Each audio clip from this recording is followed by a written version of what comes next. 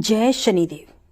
तो आज की इस कथा में हम जानेंगे कि शनिदेव किन लोगों को कंगाल बना देता है और किन लोगों को धनवान।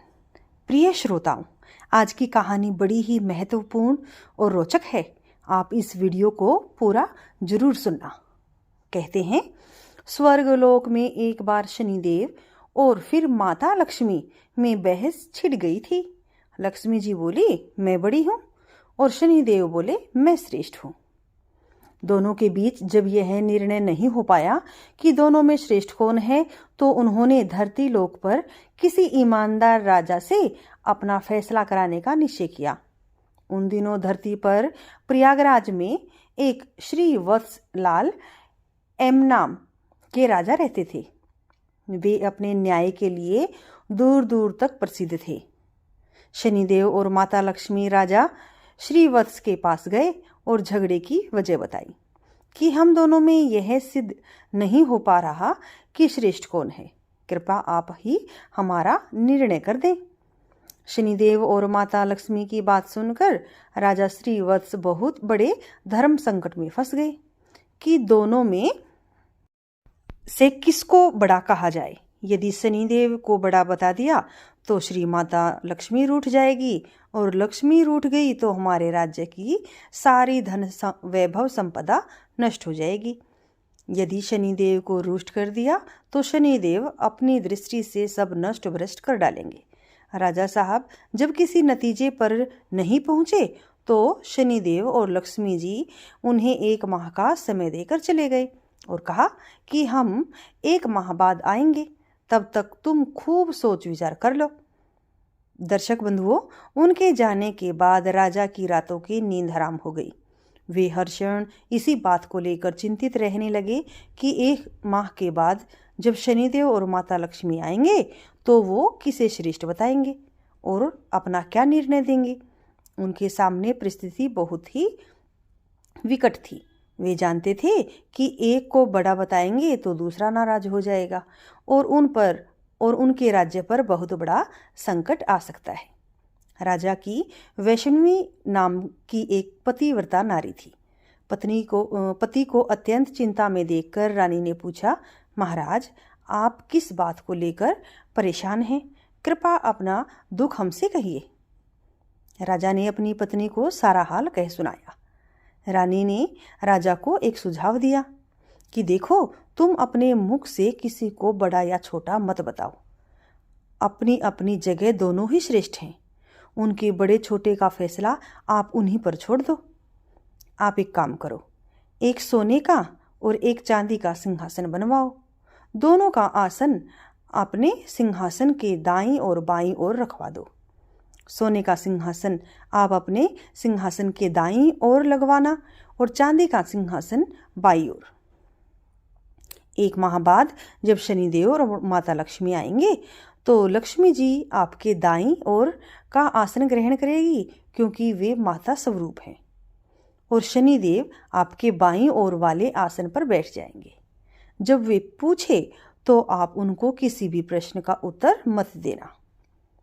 जब वे बहुत पूछे तो उनसे कह देना कि आप लोगों ने अपनी श्रेष्ठता का फैसला स्वयं ही कर लिया। अब मैं क्या जवाब दूं? रानी वैष्णवी की बात राजा को सही लगी। दर्शक बंधुओं, इधर 1 महीने के बाद जब लक्ष्मी जी और शनिदेव राजा के दरबार में पधारे तो वही हुआ जैसा रानी ने बताया था। माता लक्ष्मी तो सोने के सिंहासन पर विराजमान हो गई और शनिदेव चांदी के सिंहासन पर। जब उन्होंने अपने श्रेष्ठ होने को लेकर राजा से निर्णय मांगा तो राजा ने कहा कि आप दोनों ने स्वयं ही अपने बड़े छोटे होने का फैसला कर लिया। इसमें मैं क्या कह सकता हूँ? दर्शक बंधु, यह सुनकर भगवान शनिदेव खिन्न होकर चले गए। माता लक्ष्मी ने राजा से कहा कि पुत्र, शनिदेव तुमसे रुष्ट हो गए हैं और उनके कोप के कारण तुम पर बहुत बड़ा संकट आ सकता है, परंतु तुम चिंता न करो, मैं तुम्हारे साथ हूँ। शनिदेव ने राजा पर ऐसा कोप बरसाया कि उनके राज्य में भयंकर अकाल पड़ गया। लोग भूख से मरने लगे। नर नारी जीव जंतु सब उनके राज्य को छोड़कर दूसरे राज्यों में चले गए। राजा से अपने राज्य की ऐसी दशा देखी न गई। 1 वर्ष के बाद उन्होंने अपने राज्य को छोड़ने का फैसला किया। अब वे अपनी पत्नी वैष्णवी को साथ लेकर घर से निकल पड़े। एक पोटली में उन्होंने हीरे जवाहरात तथा कुछ जेवर आभूषण बांध लिए। सोचा जहाँ रहेंगे वहाँ विपत्ति में यह बहुत काम आएंगे। इन्हें बेचकर हम अपना गुजारा कर लेंगे। राजा रानी घर से निकले ही थी कि उसी समय भयंकर आंधी तूफान आ गया। चारों तरफ अंधेरा छा गया। वे उस अंधेरे के कारण रास्ता भटक गए। समझ में नहीं आ रहा था कि कहाँ जाएं। तभी माता लक्ष्मी एक छोटी सी कन्या का रूप धरकर आती है और लालटेन की सहायता से उन्हें एक नदी के किनारे पहुंचा देती है। नदी पर छोड़कर माता लक्ष्मी वहां से चली गई। अब उनकी आगे समस्या यह थी कि नदी को पार कैसे किया जाए। उसी समय शनिदेव एक नाविक का रूप बनाकर नाव लेकर उसी किनारे पर जा पहुंचे जहां राजा रानी खड़े थे। राजा ने नाविक से नदी के उस पार जाने का आग्रह किया। नाविक ने कहा कि देखो भाई, हम तुम्हें उस पार पहुंचा तो देंगे, परंतु हमारी नाव बहुत कमजोर है, इसमें एक बार में एक ही बैठ सकता है। राजा ने कहा, चलो एक एक करके ही उतार दो। अब पहले तो नाविक रानी को उस पार पहुंचा आया, फिर राजा को ले गया। तीसरी बार में उस नाविक ने राजा की धन की पोटली रख ली, लेकिन वह नाविक तो स्वयं शनिदेव थे, इसलिए वह धन की पोटली लेकर नदी के बीचों बीच से गायब हो गए। अब तो उनके पास जो धन था वो भी नहीं रहा। भोजन का संकट खड़ा हो गया। भगवान की इच्छा समझकर वो वहां से आगे को चल दिए। चलते चलते वो एक गांव में पहुंचे। उस गांव के लोग जंगल से लकड़ी काटकर उन्हें बेचते थे। राजा भी अपनी रानी के साथ उसी गांव में रहने लगी और लकड़ी बेचकर अपना गुजारा करने लगा। लक्ष्मी जी की कृपा से उस जंगल में चंदन का बाग मिल गया। राजा ने चंदन की लकड़ियों को बेच बेचकर काफी पैसा कमा लिया। अब तो उनका जीवन बड़े सुखपूर्वक बीतने लगा था। राजा और रानी को सुख चैन में देखकर शनिदेव ने एक और नई चाल चल दी। एक सौदागर था जो उस गांव से चंदन की लकड़ी भरकर दूसरे राज्यों में ले जाया करता था। आज उसका जहाज उस नदी के किनारे पर ही फंस गया था। उसने जहाज को चलाने का बहुत प्रयास किया, पर जहाज टस से मस नहीं हुआ। सौदागर के समझ में नहीं आ रहा था कि वो क्या करे। तभी शनिदेव एक ब्राह्मण का रूप बनाकर उस सौदागर के पास आए और बोले, सौदागर, तेरा जहाज को कोई नहीं चला सकता, लेकिन एक उपाय है। यदि कोई पतिव्रता स्त्री तेरे जहाज में हाथ लगा दे तो तेरी नाव चलने लगेगी। सौदागर ने वैसा ही किया। पूरे गांव की स्त्रियों को बुलाया। सबने जहाज को छुआ, पर जहाज फिर भी नहीं चला। किसी ने बताया कि गांव में अभी एक स्त्री बाकी रह गई है जो यहाँ नहीं आई है। सौदागर स्वयं चलकर उसके घर गया। वो स्त्री कोई और नहीं, रानी वैष्णवी थी। सौदागर ने जब रानी के पास निमंत्रण भेजा तो रानी ने वहां जाने से इनकार कर दिया और कहा कि इस समय मेरे पति जंगल में लकड़ी काटने गए हैं, मैं तुम्हारे जहाज के पास नहीं जा सकती। सौदागर के आदमी ने वापस जाकर उसकी सारी बात बता दी। सौदागर समझ गया कि यही औरत पतिव्रता है और यही उसके जहाज को निकाल सकती है। वह शाम को फिर उसके घर गया। उस समय राजा घर पर ही थे और इसीलिए उसने निमंत्रण स्वीकार कर लिया।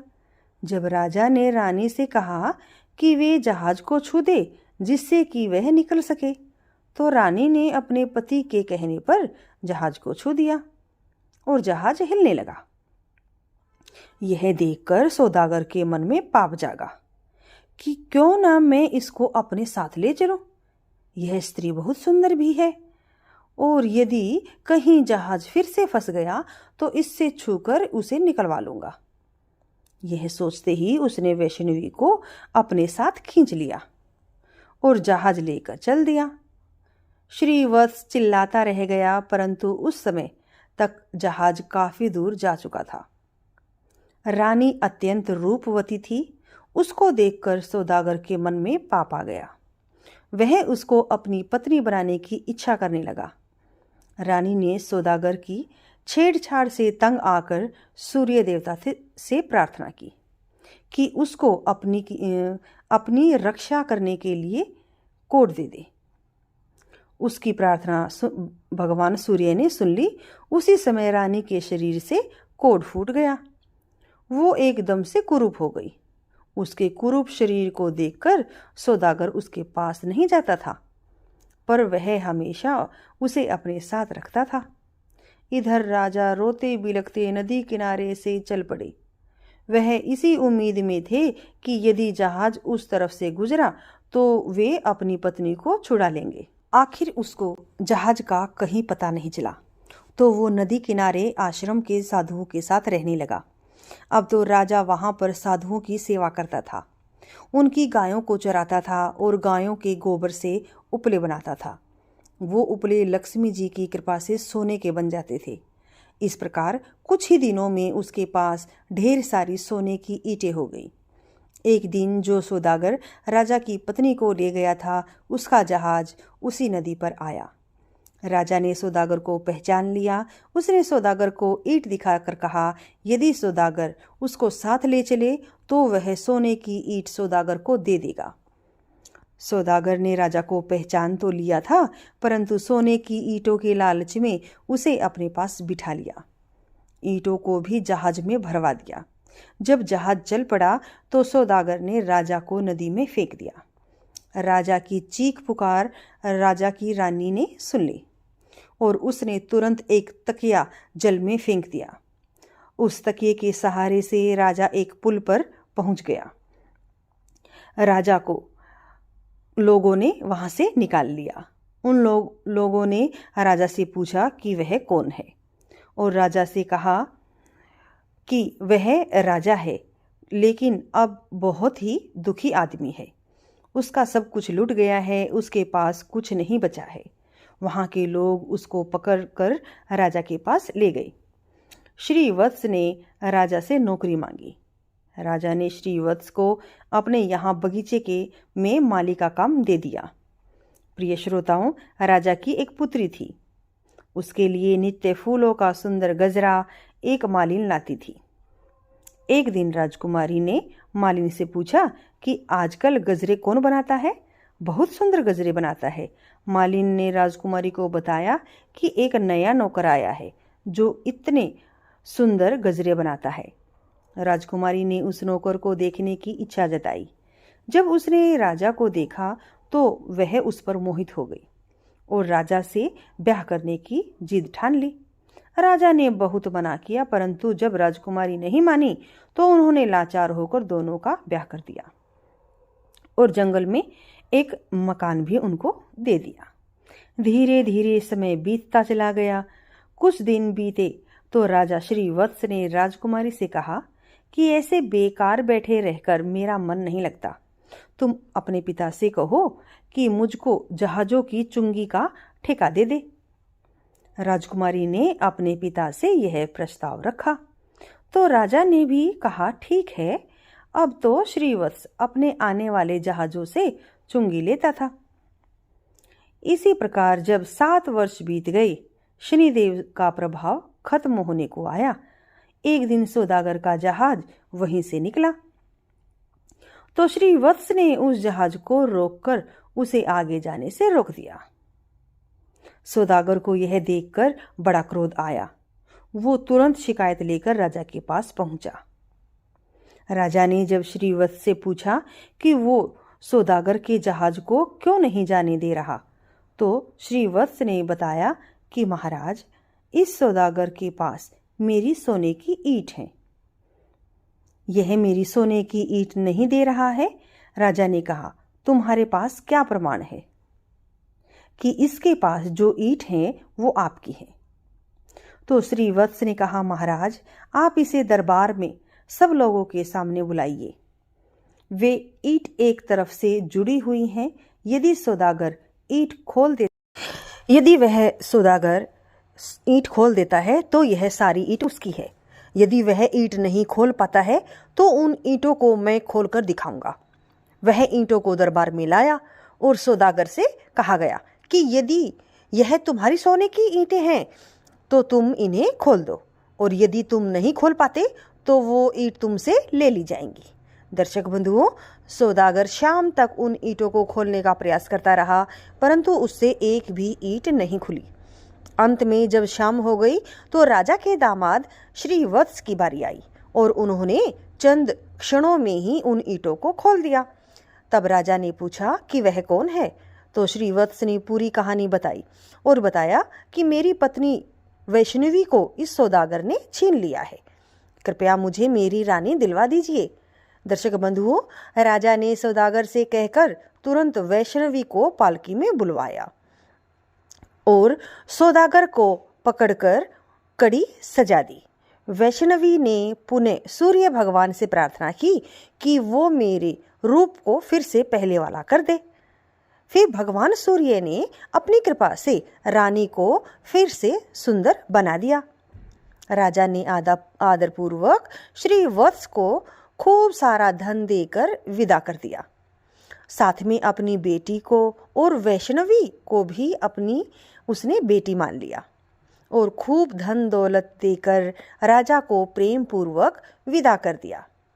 राजा पुनः अपने राज्य में लौट आया और फिर से राज सिंहासन पर बैठ गया। एक दिन शनिदेव ने प्रकट होकर के राजा श्री वत्स से कहा, राजन, हम दोनों की स्पर्धा तो एक बहाना था। हम आपके सत्य की परीक्षा ले रहे थे। अब मैं तुम्हें बता रहा हूं कि कौन से लोग मेरे कोप को पाते हैं। विपत्ति में भी जो अपने धर्म को और सत्य को ना त्यागे उसका कभी नाश नहीं होता, अपितु देवता लोग भी उसकी सहायता करते हैं। गरीबी आने पर भी जो अन्याय का मार्ग ना चुने, पाप का धन ना खाए, वह देवताओं का सदा कृपा पात्र रहता है। मैं उसका कभी बुरा नहीं करता, अपितु उस पर लक्ष्मी की कृपा सदैव बनी रहती है। धन संपदा पाकर भी जो अभिमान ना करे, जो किसी का अपमान नहीं करता, मैं कभी उसका बुरा नहीं करता, अपितु उसकी सहायता ही करता हूँ। मेरी कृपा से लोग पल मात्र में धनवान बन जाते हैं और मेरे कोप से पल मात्र में कंगाल बन जाते हैं। राजन, जाओ, मेरे वरदान से तुम्हारा राज्य फिर से संपन्न हो जाएगा। धन दौलत से तुम्हारा पूरा राज्य खुशहाल हो जाएगा। तुम्हारी प्रजा बहुत खुश रहेगी और कभी दुख दरिद्रता तुम पर नहीं आएगी। राजा को वरदान देकर शनिदेव और माता लक्ष्मी वहां से चले गए। जय माता लक्ष्मी, जय शनिदेव। शनिदेव और माता लक्ष्मी की कृपा आप पर हमेशा बनी रहे। तो आपको कथा कैसी लगी वो आप कमेंट बॉक्स में ज़रूर लिखिए, और अगर मेरे चैनल पर आप नए हैं तो चैनल को मेरी हाथ जोड़कर विनती है कि आप सब्सक्राइब कर लीजिए। जय शनिदेव।